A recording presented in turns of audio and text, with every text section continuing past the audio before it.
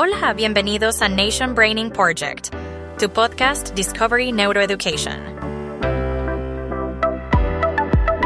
Bienvenida, bienvenido a esta exploración detallada. Hoy nos vamos a meter de lleno en un tema que, híjole, es fascinante, pero a veces un poco frustrante, ¿no? Sí, totalmente. Las diferencias entre español e inglés, sobre todo con los verbos y qué pasa cuando intentamos traducir así, directo. El famoso palabra por palabra. Exacto. Tenemos material bien interesante hoy, unos ejemplos prácticos de traducciones literales que salen, peculiares. Ujú.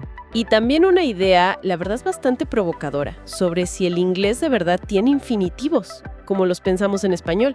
Órale, eso suena bien. Las fuentes que vamos a desmenuzar son, por un lado, un análisis que se imagina como un traductor, o chance en nuestra propia cabeza, pensando literal, interpretaría frases como, yo seguido mosca en el vuelo de la mañana. Jaja, esa está buena. O esta otra, ellos lata caza muchas mascotas. Ok, ya veo por dónde va. Y por otro lado, un postulado de, creo que son Toño Huicas y Evelina Fedorenko, que cuestionan si existe tal cosa como el infinitivo en inglés, al menos como lo vemos nosotros con ar, ir. Interesante planteamiento. Entonces, la misión hoy es, doble. Primero, entender por qué ese impulso, ¿no?, de traducir directo palabra por palabra nos lleva a menudo a frases raras o que de plano no se entienden. A callejones sin salida, sí. Y segundo, explorar cómo la estructura misma de los verbos, que es como la columna vertebral de la oración, ¿no?, difiere un montón entre los dos idiomas. Así que, vamos a sumergirnos. Me parece excelente, porque justo ahí está, creo yo, gran parte de la dificultad. Pero también lo bonito de aprender otro idioma, ¿no? Claro. Descubrir que no es nada más cambiar palabras, sino entender, sistemas de pensamiento distintos, lógicas gramaticales que operan diferente. Sí. Y esa intuición que tenemos tan afinada en español, a veces nos juega en contra con el inglés. Totalmente. Empecemos entonces con la parte práctica, con ese análisis que usa la analogía del traductor literal. Casi como si fuera una máquina, ¿no? O alguien a quien le enseñamos español súper básico. Ajá. El primer ejemplo es, yo seguido mosca en el vuelo de la mañana. Que, ya de por sí suena raro en español. Seguro es un error por vuelo. Pero sigamos la lógica literal. Ok, el ejercicio es seguir la literalidad. Exacto. Palabra por palabra al inglés. Yo, I, seguido como adverbio de frecuencia, Chance lo interpreta como often. Sí, es lo más probable. En el vuelo de la mañana. Eso es más directo. On the morning flight. Hasta ahí, más o menos. Ajá. Pero el meollo del asunto es mosca. Como sustantivo, la traducción es fly, el insecto. Y aquí es donde el análisis señala algo bien importante sobre cómo funciona la traducción, incluso la automática. A ver. Que ante esa secuencia de palabras, un sistema va a buscar darle sentido, pero dentro de las reglas del inglés. Ah, claro. Y el resultado más probable sería I often fly on the morning flight. Y ojo, esta frase, gramaticalmente, está perfecta en inglés. Sí, suena bien. Describe a alguien que vuela seguido en ese avión. Exacto. Pero ahí está la trampa. Claro. Es correcta en inglés, pero es absurda si la intención original del hispanohablante era decir que viaja seguido en avión. Chance confundió volar o usó una expresión local muy rara. O simplemente se equivocó. Sí. El punto es que el sistema de traducción le dio prioridad a la coherencia gramatical inglesa, ignorando la intención original que chance era un disparate. Ya. Y el resultado es, comunicación fallida. Este ejemplo muestra perfecto cómo traducir literal un sustantivo, mosca, donde parece que va una acción, te lleva a un sinsentido si no ves el contexto y la intención. Queda clarísimo. Es como si el inglés dijera, esto me diste y así es como yo le encuentro lógica. Justo así. Ahora, el segundo ejemplo que trae el análisis es, todavía más revelador de esta lógica interna del inglés. Ellos, lata, caza, muchas mascotas en su casa. Otra frase que en español, nomás no. No, para nada. Hagamos el mismo ejercicio. Desglose literal. Ellos es they. Muchas mascotas, many pets. En su casa, in their house. Las palabras difíciles aquí son lata y casa. Lata, el sustantivo, can o tin. Y casa, sustantivo, house. Si un traductor fuera súper literal, sustantivo por sustantivo, quedaría un revoltijo en inglés. Algo como they think can house many pets. No tiene sentido. Nada. Pero aquí es donde entra ese principio interesante que menciona el análisis. El sistema busca una estructura gramatical coherente en el idioma destino, o sea, en inglés. Ok. ¿Y cómo lo hace aquí? Pues ve la secuencia lata-casa. En español no sugiere un verbo claro, pero el sistema inglés dice, a ver, ¿qué patrón tengo yo que se parezca? Y tiene uno muy fuerte, sujeto plus verbo modal plus verbo base. Ah. Y resulta que lata, pues suena mucho a can, el verbo modal de poder o ser capaz de. Claro. Y casa, aunque es sustantivo, house, también puede funcionar como verbo en inglés. To house, que significa albergar, dar hogar. Órale. Entonces el traductor no se queda atorado en lo literal. No, lo reinterpreta. Dice, chance, lata es el modal can. Y casa es el verbo to house. ¿Y el resultado? El resultado es, they can house many pets in their house. Una frase perfectamente normal, común, impecable en inglés, ¡Guau! que significa ellos pueden albergar muchas mascotas en su casa. Aquí es donde la cosa se pone de verdad interesante, porque la frase en inglés tiene todo el sentido del mundo, es coherente, ¿Sí? pero ignora por completo la intención original del que habló en español, que seguro pensaba en objetos, una lata y una casa. Exactamente.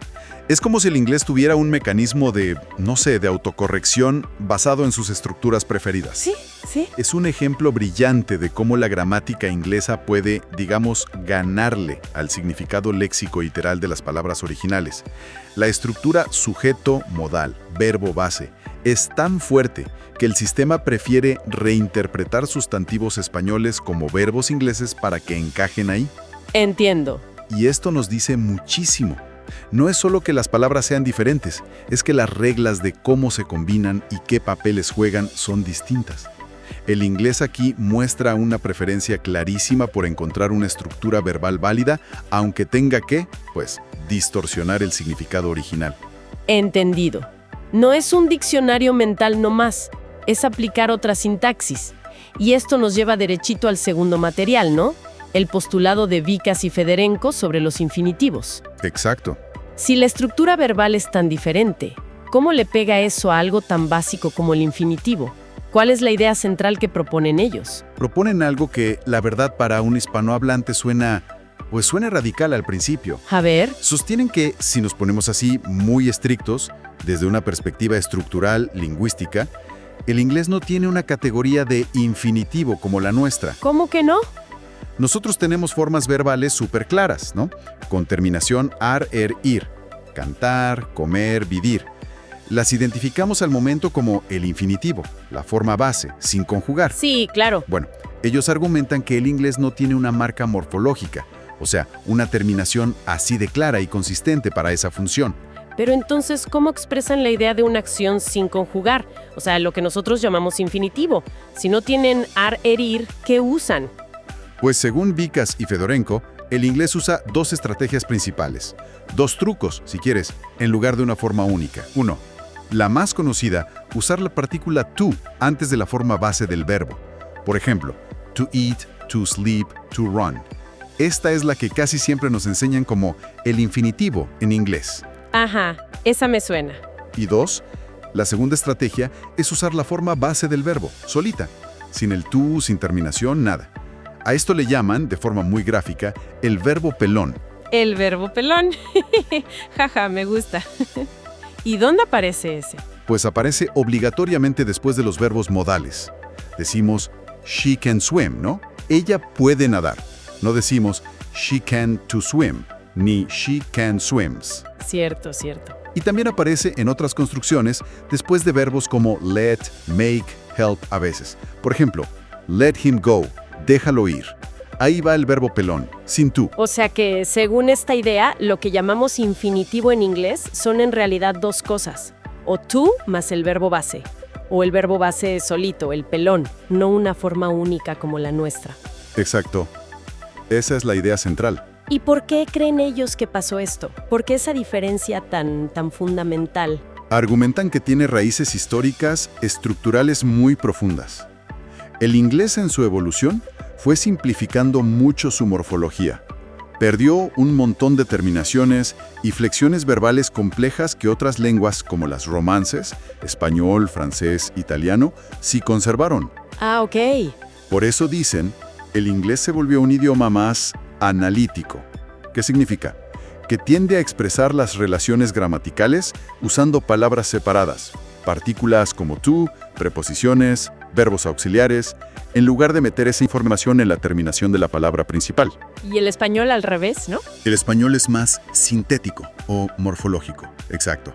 Nuestras terminaciones verbales, o, as, a, e, aste, aba, y el propio infinitivo, ar, ir, ya llevan un montón de información pegada.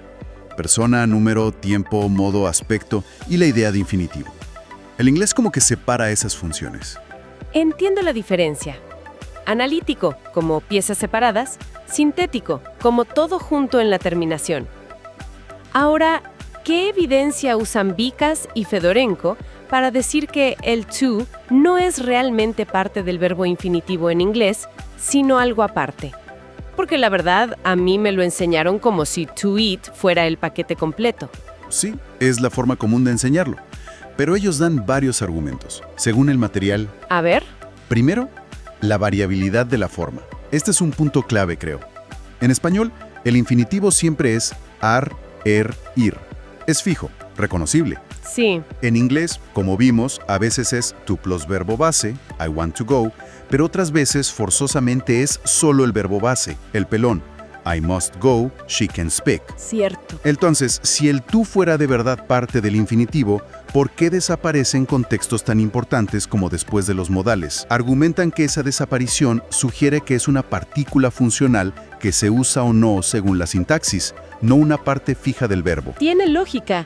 Si fuera parte, debería estar siempre, ¿no? O al menos su ausencia sería mucho más rara. Luego comparan con otras lenguas como las romances, donde el infinitivo sí es una forma morfológica estable, distinta de otras. La situación del inglés con esta alternancia es menos común y apunta a algo diferente. Ok. ¿Qué más? Bueno, mencionan apoyo en teorías lingüísticas, hablan de la modularidad sintáctica de Fedorenko.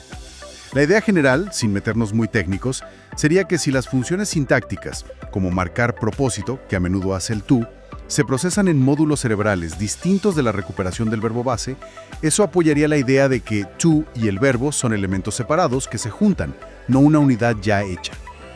Interesante esa conexión con cómo funciona el cerebro. Y finalmente, un argumento muy práctico, las dificultades de aprendizaje.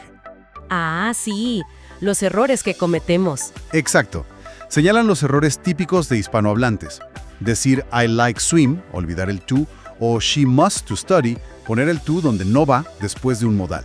Uf, sí, esos son clásicos. Argumentan que estos errores no son al azar. Surgen justo porque intentamos aplicar la lógica de nuestro infinitivo, una forma única, a un sistema que usa dos estrategias, to plus base o base sola, según el contexto.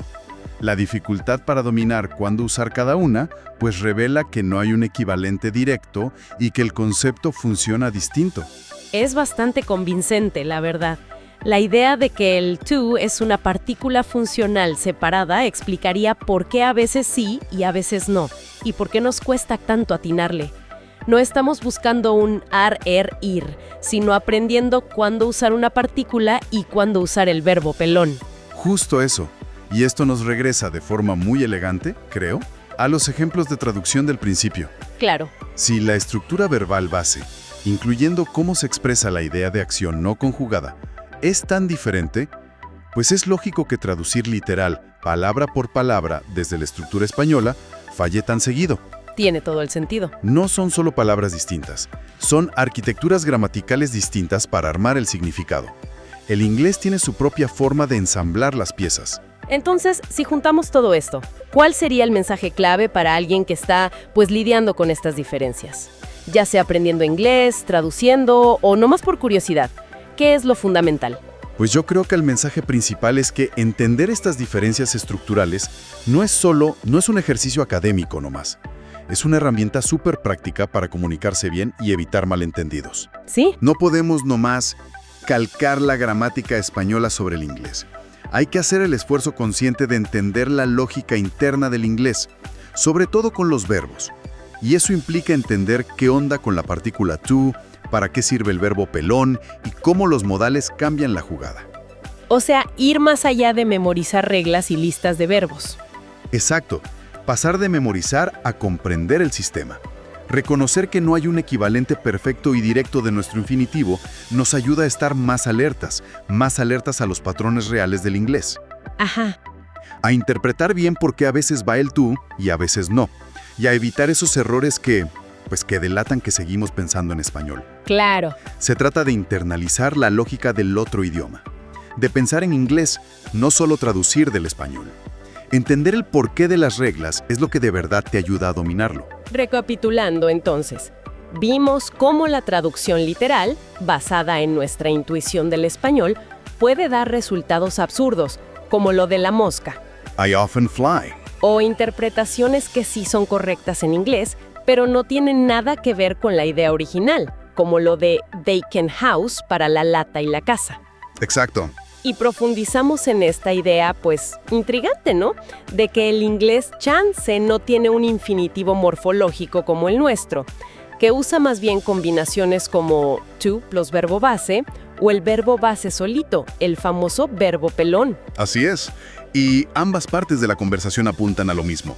Hay diferencias estructurales muy profundas entre los dos idiomas, especialmente en cómo funcionan los verbos. Sí. Y esas diferencias son la clave para entender por qué no podemos simplemente transferir nuestra gramática y por qué es tan importante meterse a entender los patrones propios del inglés como un sistema que funciona por sí mismo.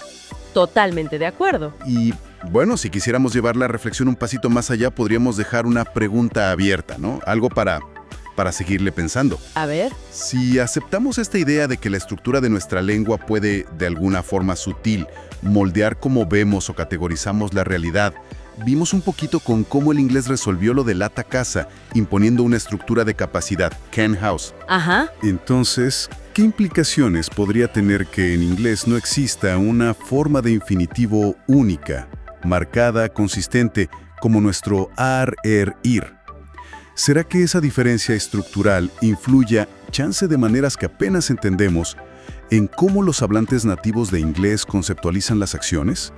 Quizás de una forma más, analítica, fragmentada, en comparación con nosotros que tenemos el infinitivo como una categoría conceptual más clara, más unificada. Órale. Es pura especulación, claro, pero conecta estas observaciones de gramática con esa pregunta más grande sobre lenguaje y pensamiento. Una pregunta súper sugerente, la verdad. Abre la puerta a explorar más esas conexiones entre cómo hablamos y cómo pensamos.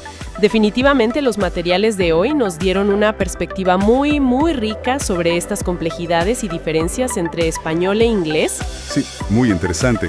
Pues muchas gracias por desentrañar estos temas con nosotros.